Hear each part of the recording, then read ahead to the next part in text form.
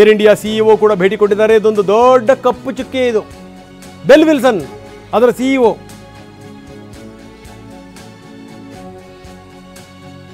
ಯಾವ ಕಾರಣಕ್ಕೆ ದುರಂತ ಆಯಿತು ಅದರ ಬಗ್ಗೆ ತನಿಖೆ ನಡೆಸಲಾಗ್ತಾ ಇದೆ. ಅದರ ಸಿಇಒ ಕೂಡ ಸ್ಥಳಕ್ಕೆ ಭೇಟಿ ಕೊಟ್ಟಿದ್ದಾರೆ. ನುಂಗಲಾರದ ತುತ್ತಿದು. ಈ ರೀತಿ ಆಗ್ಬಿಟ್ರೆ ಜನರಿಗೆ ಬಹಳ ಬೇಗನೆ ನಂಬಿಕೆ ಹೊರಟೋಗ್ಬಿಡುತ್ತೆ. ಆ ನಂಬಿಕೆ ಬರಲ್ಲ.